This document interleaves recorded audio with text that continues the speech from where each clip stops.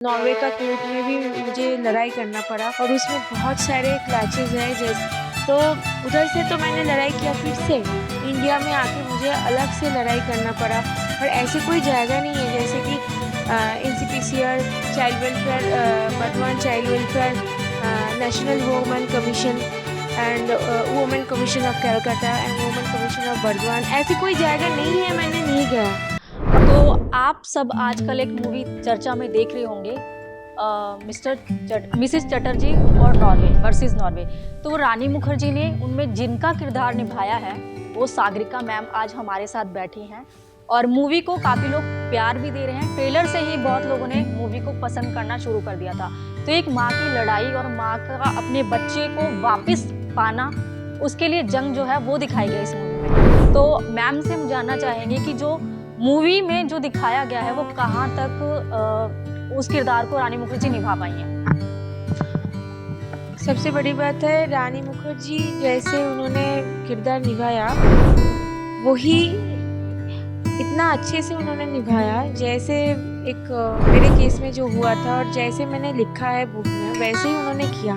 और सबसे बड़ी बात है ये एक ऑटोबायोग्राफी है। पूरा चीज़ मूवी में दिखाना बहुत मुश्किल है, बट जितना भी दिखाया एकदम सही बहुत अच्छे से उन्होंने दिखाया। और मुझे लगता है कि उन्होंने जैसे ये फिल्म में जैसे उन्होंने किरदार निभाया तो फ्यूचर में बहुत सारे लोगों को, बहुत सारे मदर को ऐसे इंस्पिरेशन मिलेगा।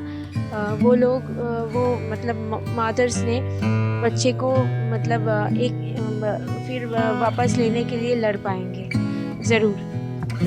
तो मैम थोड़ा सा मैं ये जानना चाहती हूँ, आप अपने हिसाब से अपने शब्दों में बताइए कि जो मामला हुआ था, आपकी बच्ची आपसे दूर हुई थी, क्या मामला था और कैसे आपकी बच्ची लौट कर आई? मामला तो बहुत बड़ा था। एक तो है मुझे नॉर्वे का कोर्ट में भी मुझे लड़ाई करना पड़ा और उसमें बहुत सारे क्लैशेस हैं जैसे कि मतलब जो लॉयर्स वगैरह होते हैं वो भी मतलब स्टेट गवर्नमेंट का था।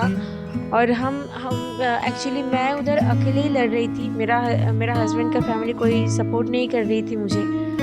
और एक अलग मतलब एक सिंगल मदर होने के नाते मुझे अभी भी स्ट्रगल करना पड़ रहा है। तो उसी टाइम में भी वैसे जब मैंने हस्बैंड के साथ थी और ये सब सारे चीज़ मेरे साथ हो रही थी तो उसमें बहुत ही मतलब जो जैसे मुझे लड़ाई करना पड़ा वो तो आपने फिल्म में दिखाया, बुक में भी मैंने लिखा हूँ।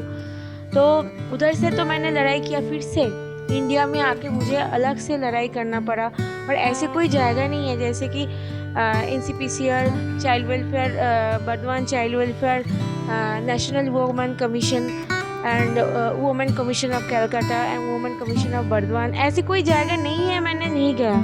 और जितने सारे मिनिस्टर वगैरह हैं उनको मैंने चिट्ठी लिखा।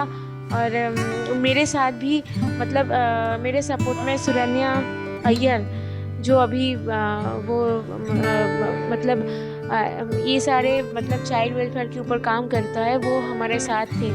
तो वो मुझे बहुत मतलब हेल्प हुआ।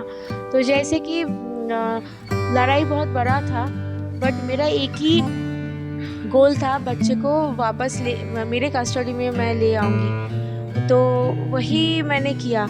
मुझे पता है ये चीज़ बहुत डिफ़िकल्ट है बट मैंने यही सोचा था बच्चे मेरा है और मेरा ही बच्चे है, मेरे बच्चे के लिए मैं कर रही हूँ।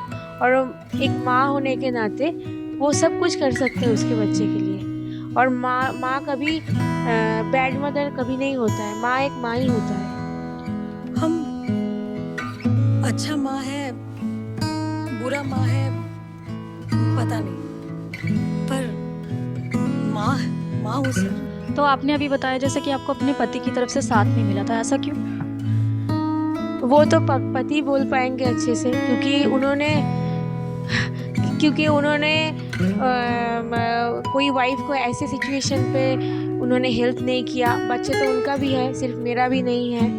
तो एक फादर होने के नाते उन्होंने क्या रिस्पॉन्सिबिलिटी पालन किया और एक हस्बैंड होने के नाते उन्होंने क्या रिस्पॉन्सिबिलिटी पालन किया है वो तो वही जानते हैं। और सबसे बड़ी बात है जब एक बच्चे को माँ से छीन लेता है तो एक फादर कैसे इतना इरिस्पॉन्सिबल होता है वो वही जानते हैं। उसके मामले में तो मैं कुछ बोल नहीं सकती हूँ। अभी भी मैं सिंगल मदर हूँ क्योंकि मैं सेपरेटेड हूँ।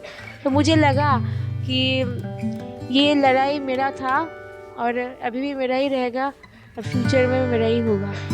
मैम, बहुत लंबी लड़ाई है, बहुत बड़ी लड़ाई है, जिसमें अब तक आप एक तरह से जीत भी गई हैं। बस मेरा आखिरी सवाल है कि जिस तरह से आप अपनी बच्ची को लेकर चली हैं आगे, महिला को लेकर और भी बच्चों के लेकर कुछ आपने सोच रखा है कि सुरक्षा के मामले में और किसी तरह से आप कुछ अच्छा बेहतर काम करेंगे? हाँ, वो तो मैं बोलूँगी।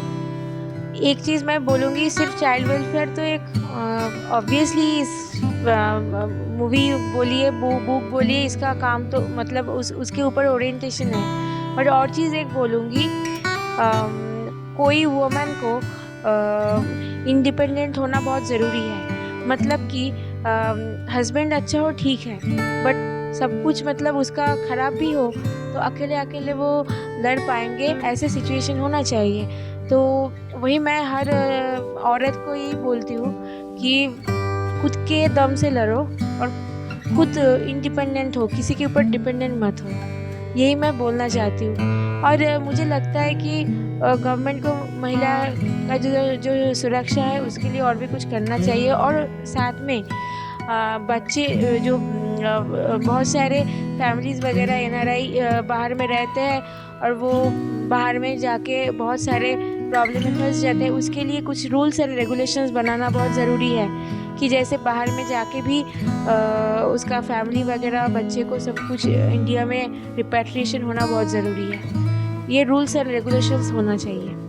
मैम, आपकी मूवी के लिए बहुत बहुत शुभकामनाएं। हम यही आशा करते हैं आपकी जर्नी को लोग पसंद करें, बहुत प्यार दें। और मैं आप सबसे भी ये कहूँगी, मूवी ज़रूर देखिएगा। सागरिका मैम की जो जंग थी, जो लड़ाई थी, हम वैसे नहीं जुड़ पाए उनके साथ, तो अब मूवी देख के हम लोग सब उनका साथ और सपोर्ट दें। और साथ ही साथ अपील करूँगी, धारा शाह मैम और अरिहा के लिए भी अपनी आवाज़ उठाएँ।